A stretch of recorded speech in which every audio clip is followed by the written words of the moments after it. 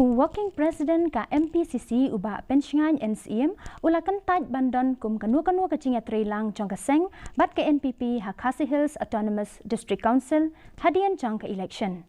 Uba CM uba Hashwa ula Shimti bantre kum usembut CM hapo ka executive ka balalam da ka NPP.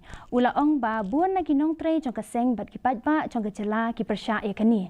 Ula batay ba kanua-kanua ka Kyntait lok hadian jong ka election kasyong ha ka jingken bat na ka result kabanmi ha ka arpusaw tarik urempang. Ha ka bayadei bat ka jing terwa syajiat biang ka jong u na maukar pentor umkra. Uba CM ula Kyntait halor kanua-kanua ka jing kersyan ya kaseng VPP lani UDP. Ula ong ba kajing Shimti biang kalong kakam ya kakam CEM kasyong ha kajing don jigi MDC ke banjab na kaseng jeng u. Kumbaga pau sebar kami ithan akan threat UDP ni nak yang UDP. Dengan tip pada saya katakan silent boot lamang batai. Kendai kumbaga pau sebar dia tadi dia mending sen kebentang ai mbak ithan kan bandon kan. Cuma yang anak kebentang ketika election nomor 1.